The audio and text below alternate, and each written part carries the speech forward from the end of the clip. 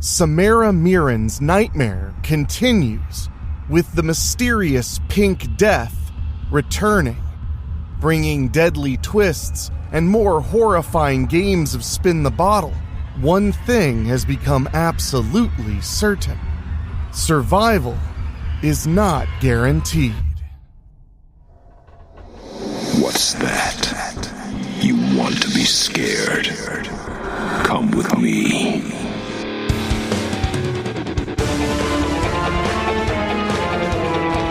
You will experience tales of horror, ghosts, and death. It is not recommended for the weak at heart. Listen in the dark. It's more fun that way. This is Weekly Spooky.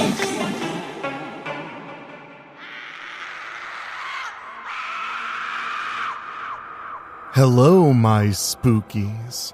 It's Wednesday, and you know what that means. It's time for a little spooky in your weekly.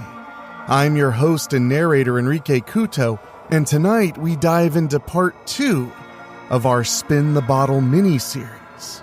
So make sure you listen to last week's show.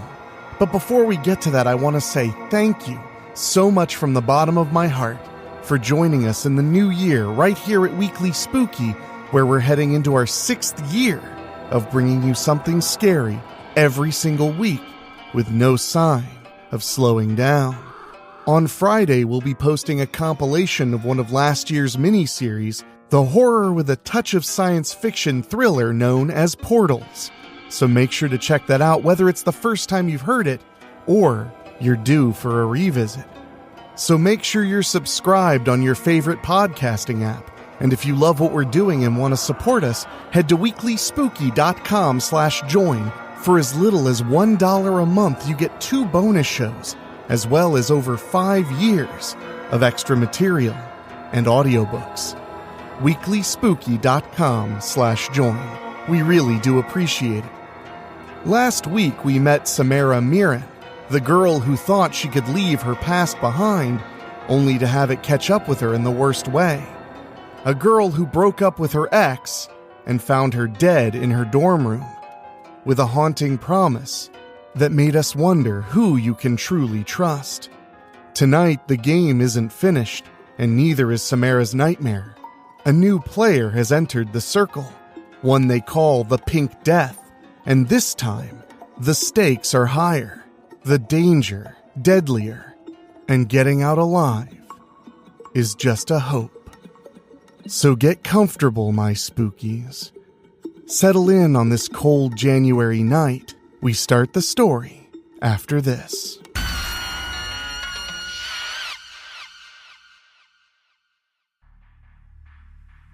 Samara Mirren thought transferring to Strickfield University from Shore City would be a fresh start.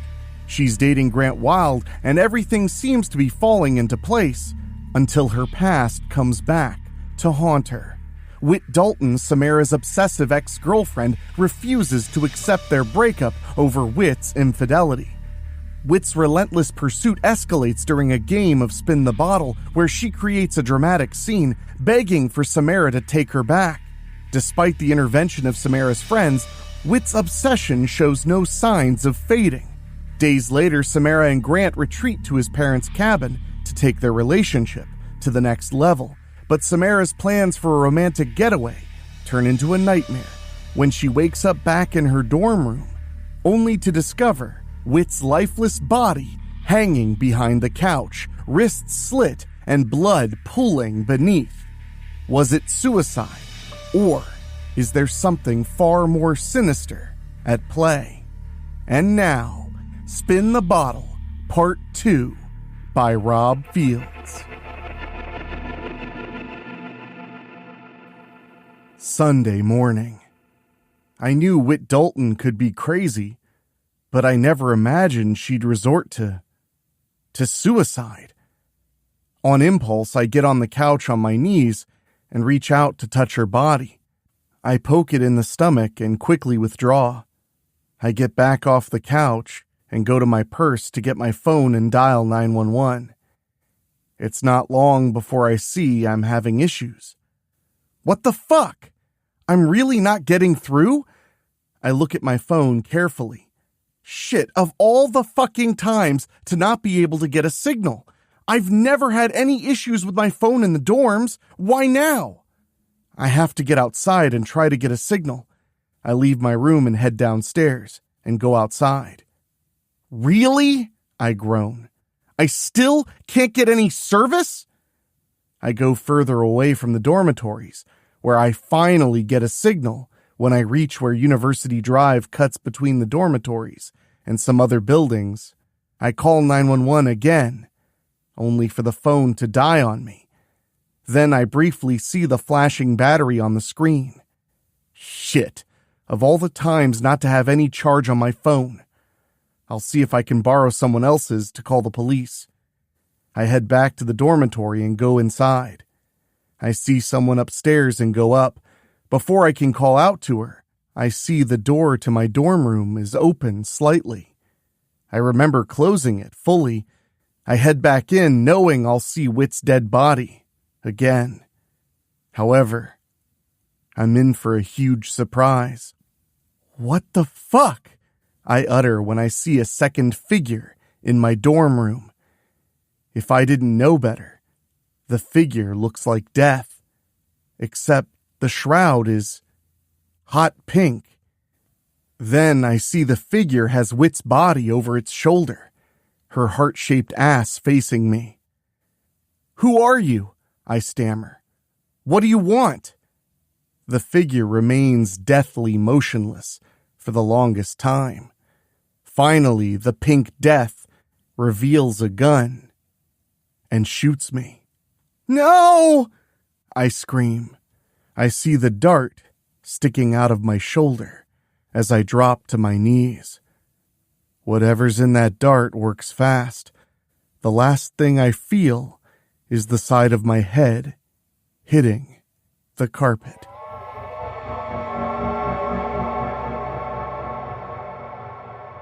I'm finally opening my eyes.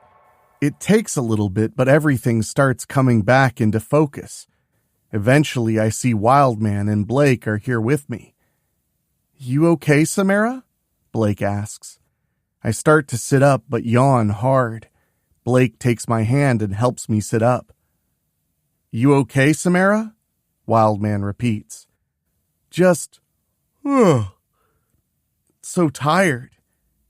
Then I remember and take Wildman's hand. "What happened last night?" Wildman shakes his head slowly. "I don't know. Last thing I remember is bringing you into my parents' cabin." When I can get to my feet and walk, Blake looks at both of us. "Seriously, what the hell happened to you two?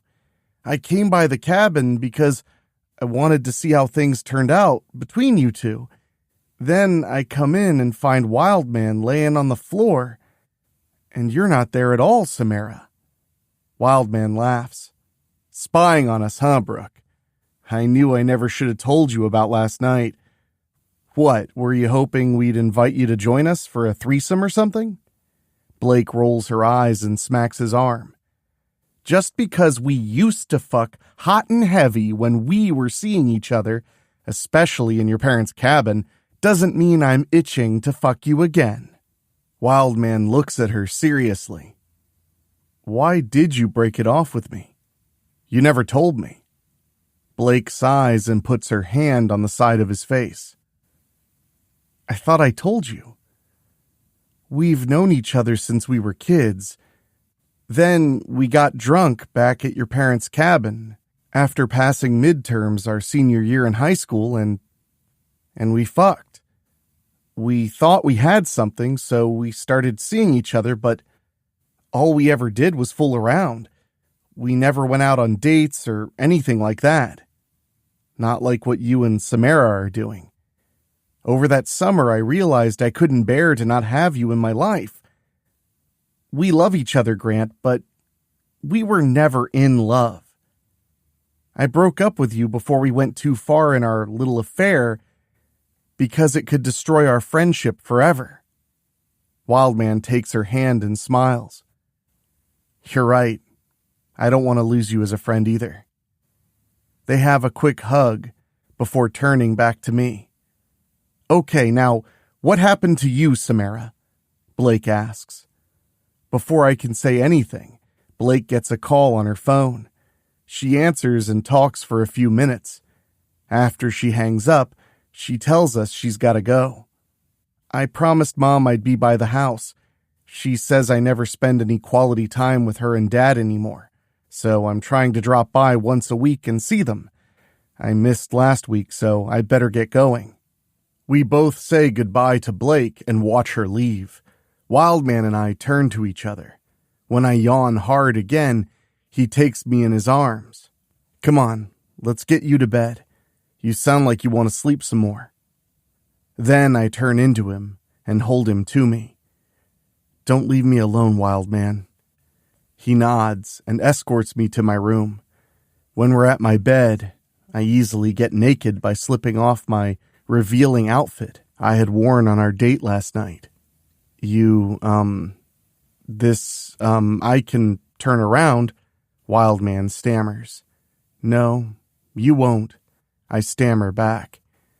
I'm really trembling again when I go into Wildman again and kiss him. He holds me close and kisses me back. I know I'm still feeling tired from whatever that shit was the Pink Death shot me with, but my excitement is countering my fatigue. When we stop kissing, I pull back the covers and get on top of the mattress. I need you, Wildman. He can't make any more excuses and undresses me to join me in bed, where my body and my virginity are his for the taking. Friday, 2 weeks later. I've been waiting for the Pink Death to strike again.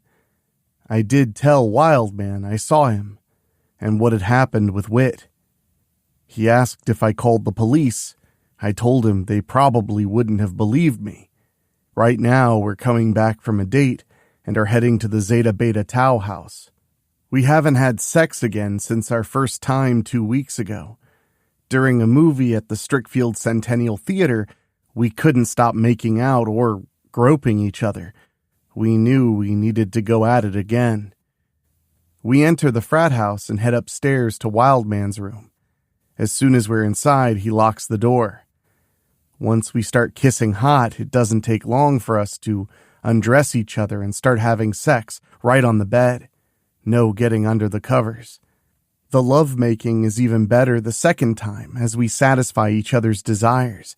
In fact, we don't even care who hears us. I really have been missing out all these years when it comes to guys. Eventually, we become tired and finally do get under the covers together. Since our first sexual encounter, we've been sleeping together regularly. Not just to be with each other, but because it seems safer than being alone. Or so we thought. Did you hear that? Better check the locks on your doors. Weekly Spooky will be right back. I wake up to find I'm in a dimly lit room somewhere, with only a window bringing in any kind of light. I know I was naked when I was sleeping with Wildman, but now I'm wearing an oversized t-shirt. I also find I'm zip-tied to a wooden chair's arms at both wrists. I'm also secured at my ankles. As I'm clearing my head more, I see 3 other people are zip-tied. We're all seated at a round table. I know these people. I didn't remember their names from when we were playing Spin the Bottle that night, but I do now. The girl across from me is Lita Sharp, who's from the Alpha Delta Kappa sorority. The 2 guys are from Wildman's fraternity, Brett Molar and Dean Ackles. We're all looking at each other as if asking, what the fuck is going on here? We get our answers soon enough when everything turns to luminescent lighting. And that's when the Pink Death suddenly enters the room, glowing brilliantly under the light. The figure moves around the table triumphantly. How did this bastard get us and put us all together like this? Eventually, the figure stops moving and looks all of us over. "I know you're all wondering why you are here," we hear a disembodied voice saying. It doesn't sound like the Pink Death is actually talking. Then again, we can't actually see who it is underneath the shroud. The Pink Death produces an empty bottle and puts it at the center of the table. Then the figure looks at all of us again. "It's time for one of you to die. The only way we can settle that is to simply play another round of spin the bottle. Obviously, none of you can take a turn and spin, so I must do it for you. One spin will determine which one of you will die." Why does it have to be this way, you ask? Because the rules were broken that night. Also, they were not enforced, so I must now rectify that. The question is, which one of you will pay the price? The Pink Death reaches in and gives the bottle a spin. It stays right where it is and spins fast a few times before it starts slowing down. My eyes are wide open. Unlike the others, I'm not screaming. I'm not sure if I'm too scared or just didn't think to scream. The bottle finally stops on Dean Ackles. "Ladies and gentlemen, we have a winner," the voice echoes. Suddenly, the Pink Death produces what looks like a funnel connected to a rubber line, much like what fraternity boys use when they're doing beer bongs. The Pink Death comes to Dean and pops him in the stomach to get him to cry out and open his mouth wide enough for the rubber line to be able to be shoved down his throat. The Pink Death produces a clear bottle and pours it into the funnel. Suddenly, Dean starts screaming, which I'm surprised he can even do with that hose down his throat. His screaming stops, but the rest of ours doesn't when we see Dean's throat dissolving and his shirt getting soaked with blood, fast. The shirt itself then burns away, exposing Dean's ribcage. The Pink Death turns to face the rest of us. This round is finished.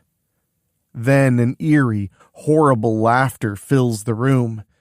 When it finishes, the voice concludes, "We'll play another round later." Then I see the gun in the Pink Death's hand. The next thing I know, I'm shot in the shoulder with a dart. Like the first time in my dorm, I'm quickly fading out. The last thing I understand is I smell perfume. It's very faint, but I can smell it. Then everything goes black. Saturday morning. Wildman's waiting for me when I return to my dorm. "Where did you go?" he demands. "I woke up and you were gone. I've been trying to text and call you, but you never answered. Then I got frat brothers asking me if I've seen Dean anywhere. Usually he's there with the guys for breakfast. Like you, he's not answering his phone either." I give him a dismal look. "I can tell you what happened to Dean. I was there, wild man. Come inside and I'll tell you everything." When we sit on the couch, I recount all the ghastly happenings. Before I can finish, I feel my stomach gurgle and quickly run to the bathroom. When I drop in front of the toilet and puke, Wildman is right there to hold my hair up. Thankfully, my puking doesn't last long. After a few dry heaves, I start feeling better. "You okay?" Wildman asks. I shake my head and stand up.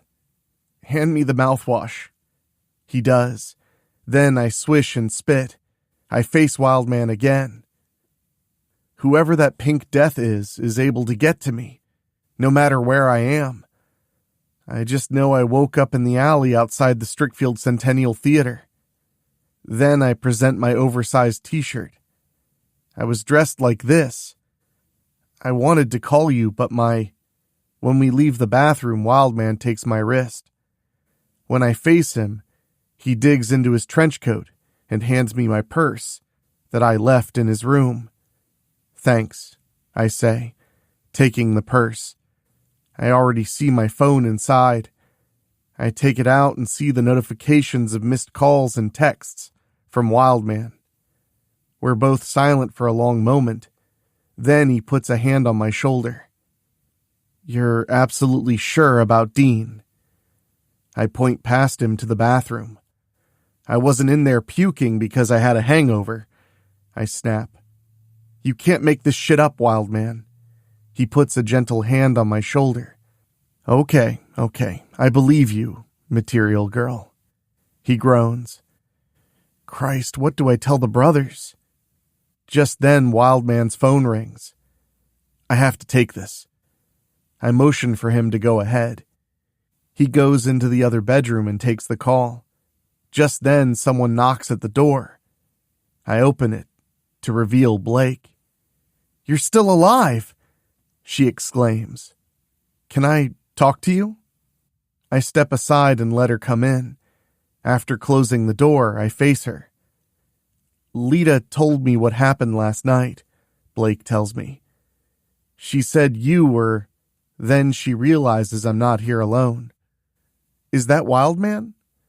Seeing I'm only wearing an oversized t-shirt, she probably thinks we fucked.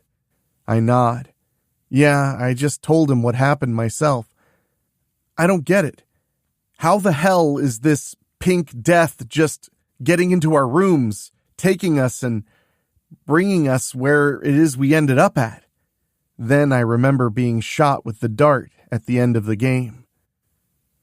What happened to you? Blake asks. I repeat what I told Wildman. At least I don't feel the need to puke this time. Wildman comes back out. Oh, hey, Blake, he says. Blake nods in greeting. Looks like we all got stories about last night. Lita? Wildman asks. Blake nods again. Then Wildman tells us where Dean's body was found. It made the front page of this morning's copy of the Strickfield Journal. I subscribed to it online. Here. He hands me his phone to show me the article by Miranda Mason Phillips. I've been reading the paper most every day and see she's been covering a lot of the murders and crazy events that make the news here in Strickfield. Hell, I'm even surprised this village still prints a daily paper. Then again, there's so much in Strickfield Village itself that's still vintage. You'd swear Strickfield jammed on the brakes before the 80s were over. I think maybe that's why I love being here so much. What the fuck do we do then? I snap, throwing my arms up. You just know the killer's going to do it again. Hell, even one or both of you could be taken without warning. Blake points loosely at me. You and Lita both said the killer did something out of Spin the Bottle. It was Spin the Bottle, I answer. The killer said we were forced to play because the rules were broken that night we played the game at Wildman's frat house. What rules did we break? Blake demands. The rules were specifically laid out. Whit said I broke the girls' rule because I refused to kiss her, I recall. I know I agreed to kiss every girl, but there was no way in hell I was kissing Whit, not after what she did to me. Well, we can't exactly ask Whit, can we? Wildman points out. Not unless we know how to conjure the dead. You're not safe yet. Weekly Spooky will be right back. So, what do we do? Blake asks. How do we keep the killer from getting to us? The three of us try and talk things out. At one point, it suddenly hits me. I remember smelling faint perfume during the killer's game of Spin the Bottle. Blake always wears perfume, The perfume I smelled at the Deadly Spin the Bottle game smells just like what Blake's wearing right now. Blake's been a great friend to me since I first met her. She was the one who gave me the tour of Strickfield University when I came to check it out before deciding to transfer here. Okay, I know she and Wildman used to be a couple, but she ended things with him. Jesus Christ, I really don't want to think Blake may be involved in this shit somehow. Blake had been checking her smartphone. After checking it one more time, she tells us she has to get going. I have a university tour to conduct in 10 minutes. She says goodbye and leaves. I groan and put my hands to my temples. You okay? Wildman asks. I shake my head. Then I lower my arms and face him.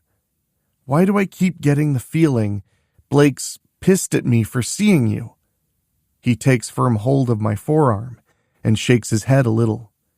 She's not, Samara. Hell, even I've asked her. She's assured me she's not. And Blake's never once made any indications she wants you back?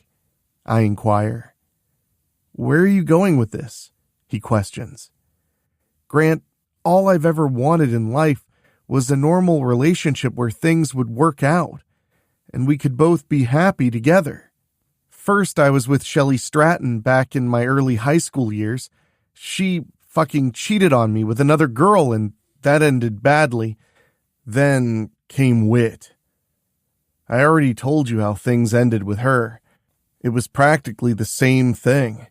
I caught both Whit and Shelley in bed with other girls. Then I met you, and you swept me off my feet. But I'm feeling things won't work out between us either. Grant groans and squeezes my forearm a little tighter. I'm not going to cheat on you. I'm not like that. I shake my head quickly and yank my arm back.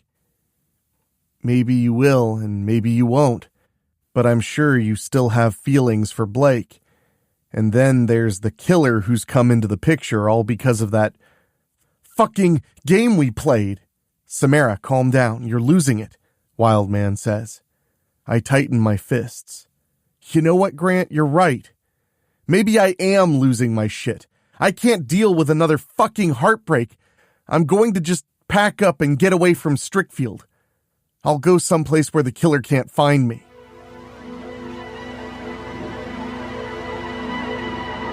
Saturday night. When I return to Strickfield University, I almost expect Wildman to be waiting at my dorm for me. Then again, maybe not. He couldn't contact me since I had my phone turned off. I step onto the grounds and make my way across campus to get to where my dormitory is. I eventually reach University Hall and know I took a wrong turn somewhere. I knew I should have waited at Wilder Hall, but I'm so fucked up with all this pink death bullshit and everything, all of the nastiness that happened between Whit and I, and how it ended. I turn and head back towards Wilder Hall. I tried to run away, but my feelings for Wildman just won't stop hurting my stomach. I just want to be happy with somebody. Is that too much to ask? Okay, yes, I'm a Mirren.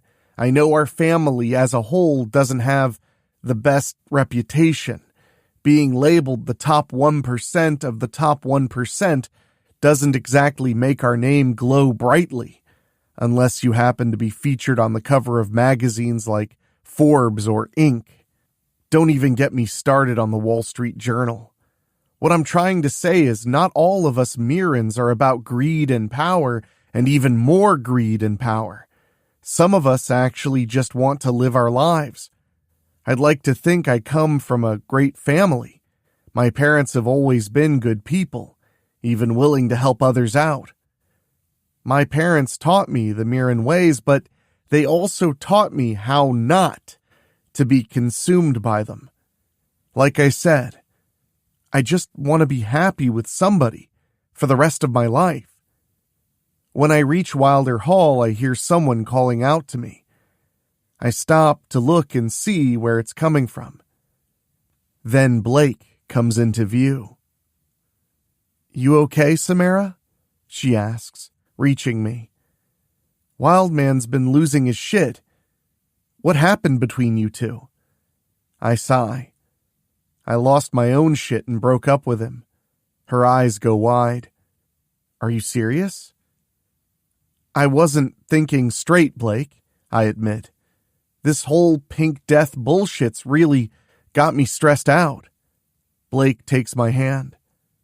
Why don't you come back to my loft? Get what's on your mind off your chest, then we can get a hold of Wildman. At first, I'm reluctant to accept her invitation. Then I keep looking at Blake's face and see how soft her expression is. She seems like she just wants to help, but then I'm smelling her perfume again, which reminds me of the same one I smelled at the killer's demented spin-the-bottle game. Against my better judgment, I nod and tell her I'll come home with her. We walk across campus until we leave, and then take the sidewalk onto her road. We only have to walk a block and a half to get to her loft. I've only been in Blake's loft a few times since coming to Strickfield U. Even now, I can tell she's fixed this place up a little more. Blake's parents gave the loft to her as a high school graduation present. It was in need of repairs. Fortunately for Blake, she wanted to learn her dad's skills as a carpenter when she was younger. You could say she's a daddy's girl. Blake still has some stuff she wants to fix up, but she's done a hell of a job from what I'm seeing. As for Blake's carpentry skills, she's applying those to her art major. Blake's got a sculpture she's working on in the middle of her workspace upstairs, which anyone can easily see coming into the loft. Blake steps out of her shoes and walks barefoot. I slip mine off too as she pulls her smartphone out of her back pocket. If you want, I can get Wildman over here.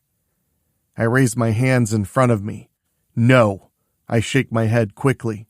I mean, I will talk to him. I just don't feel like I'm in the right mindset right now. Blake looks me over. Yeah, you definitely need something to calm your nerves. I've got champagne. I've also got some pot.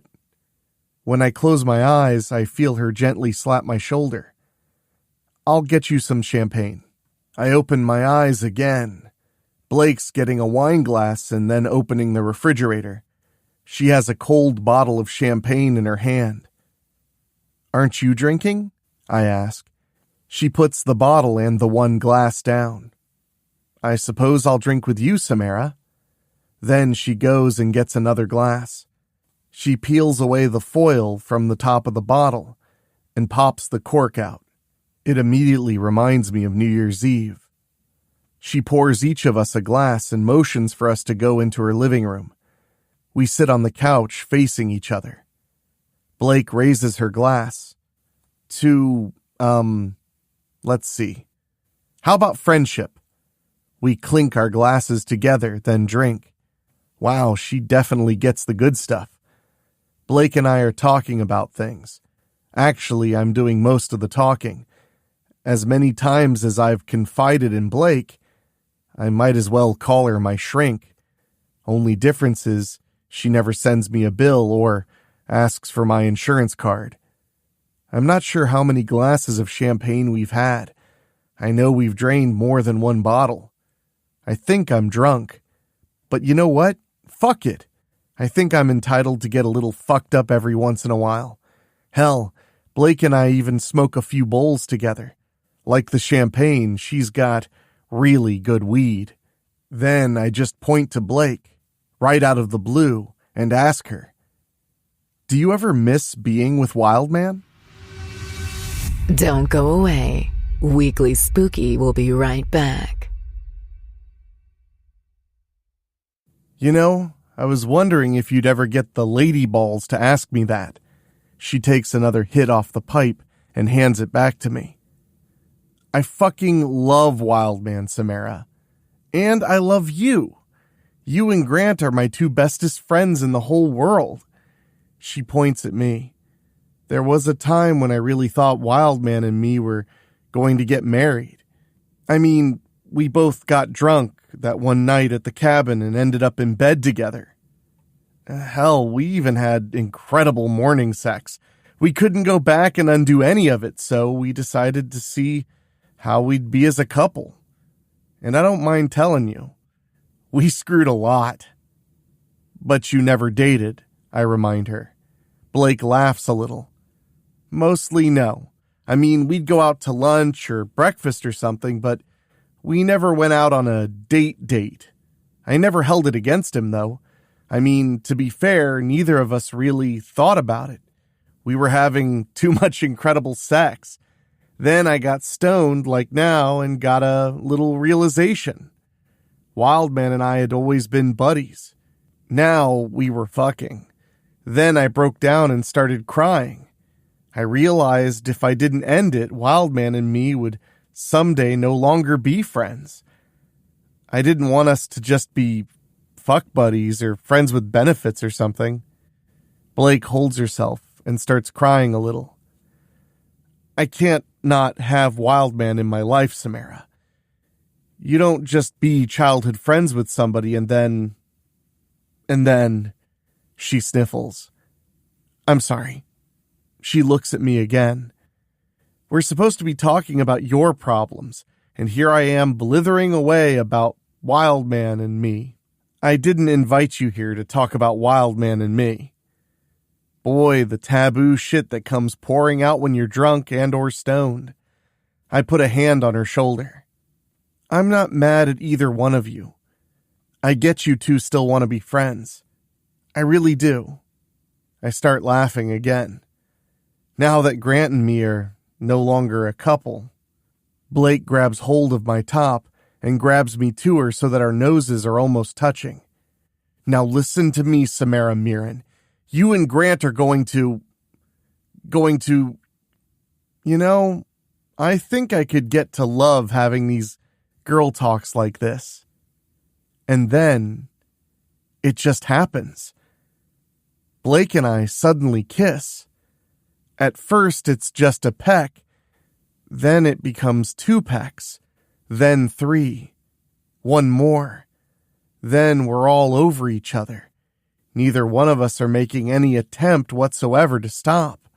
In fact, our kissing gets more and more intense. Eventually, we're both losing our inhibitions and go to work on each other. Blake frees my large breasts and starts feeling me up.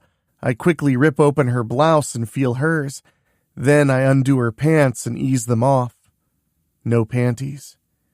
Blake pushes me on my back and removes my lower garments. We're both nearly naked as we start playing naughty adult games. I don't know how long Blake and I would have sex, but I know neither of us are pulling away. I don't know if it's the alcohol or the pot or the sexual tension between us, but I know we have hours of sex until we're both feeling tired. The two of us are still on her couch when we cuddle up together and finally fall asleep, not even thinking about the possible repercussions.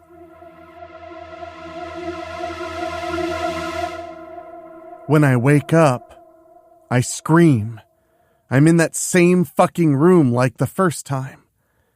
I'm secured to a chair at the wrists and ankles with zip ties. Like before, I have an oversized t-shirt on to cover my nudity. There are 3 other people here with me. Like before, Lita Sharp from the Alpha Delta Kappa sorority is here. The 2 guys are different. Both are from the frat house that Wildman belongs to. Cameron Jeets and Nathan Arnold. We're all at the same round table. Suddenly, the pink death appears and is illuminated brightly by the lights. The killer moves around all of us, making it a point to look right into our faces. Unfortunately, I still can't see into that shroud. When the killer finishes making the rounds, we hear the voice all around us. I'm so glad you could all join me for another round of Spin the Bottle. I do so love playing party games of an adult nature. The Pink Death raises a finger. But what I don't love is when people just can't be bothered to either follow or enforce the rules. Ah, where would our society be if we didn't have rules? The killer moves and stands beside me. And what happens when you break rules in everyday society? Why, you get punished, of course. The killer lowers his head to mine. Even this close, I still can't see inside the shroud. I can't determine who the killer is. Isn't that right, Samara? The Pink Death stands up straight and produces the bottle. Once it's on the table, the killer spins it. Around and around it goes. It spins really fast, then it starts slowing down. Slower and slower. The bottle finally stops. On Nathan Arnold. Nathan shakes his head quickly while looking at the Pink Death. No! He tries to fight to break loose. No, please, no! The Pink Death comes around to him. Ah, but you were the winner this round. And now, your prize. Then a soft chuckle.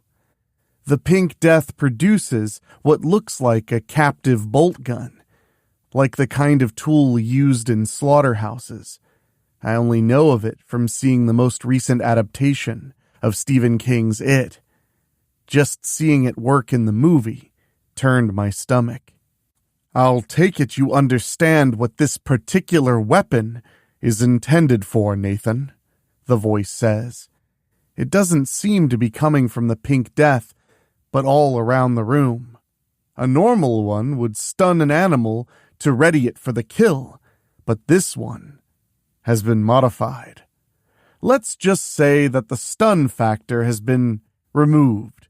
Your fraternity really should have enforced the rules you set during the original game. It wouldn't have come to this. But now, the Pink Death puts the barrel to the side of Nathan's head. Fuck you! Nathan yells. Fuck you! Fuck! The rest of us scream when the Pink Death pulls the trigger to see the bolt easily going right through Nathan's head. It doesn't go all the way through. It's like it just stopped upon breaching the other side of the skull.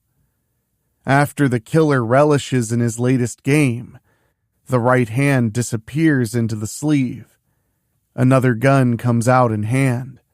Like before, I get shot with another dart.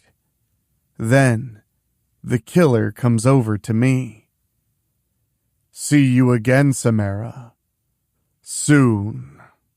And before I sink into unconsciousness, the killer's face comes into mine. I just feel a set of lips crushing against mine. I don't even know when the killer finishes kissing me, when I pass out. No, wait. I do feel, too, very sharp pains at my wrists. I wake up and find myself back in Blake's living room. I can feel I'm still mostly naked and on the couch. I can also feel wetness on my wrists. I open my eyes and try to sit up, but I'm so weak now, I don't know if it's the effects of that dart or if... Oh God. My stomach and groin are covered in my own blood. There's also a small pool of it on the floor in front of the couch. Samara? I hear a trembling voice calling. And then I see Blake coming towards me. She's still mostly naked from earlier and seems kind of wobbly. But what really terrifies me is that she has a bloody knife clutched in her hand. I try and stand up to run, but I'm too weak. That, and I slip on the puddle of blood and fall. I don't even feel the impact when I hit the floor. The last thing I see before I pass out is Blake lowering herself to me with the knife. I'm so fucked. Well, my spookies, it looks like there's more than meets the eye going on at Strickfield University. Who is the Pink Death? What are their motives? And are they actually some kind of supernatural being? Or some malicious human being in disguise? One thing is very clear, this is not over, so make sure you're subscribed for part 3 of Spin the Bottle next Wednesday. And thank you all so much for joining us. I really do enjoy these mini-series. They make me feel like I'm doing some kind of a radio serial from way back when, where every week there's a cliffhanger and we wonder, what will happen next? Well, I guess you'll have to come back here. Same bat time, same bat channel. And I want to say a huge thank you to our Patreon backers, folks who help make the show possible every single week by contributing as little as $1 a month to get 2 bonus shows and my undying gratitude. And I especially want to thank our Patreon podcast boosters. These are folks who pay just a little bit more to hear their names at the end of the show. And they are Johnny Nix, Jessica Fuller, Jenny Green, Amber Hansford, Brent McCullough, Karen Ouimet, Jack Kerr, and Craig Cohen. Thank you guys so much. During these months after Christmas, the revenue for the podcast can drop a bit as advertisers aren't buying as much space, so having your patronage makes a huge difference. So if you want to join up and help us bring the spooky every single week, just go to weeklyspooky.com/join. It really does mean everything to me. Your support goes directly to the show, allowing us to keep going and growing like we have for the last 5 years. So again, go to weeklyspooky.com/join. As little as $1 a month makes a difference. But now, my friends, it's time for me to get back to work because I, just like you, want to know exactly what this Pink Death character is all about. So, I'll see you guys next week. For myself, for my producer, Dan Wilder, my executive producers, Rob Fields, Mark Shields, and Bobbletopia.com, and our composer, Ray Mattis, I will talk at you next time. Thank you for listening. Make sure to find your way back next week. But for now, you are safe. Trust me.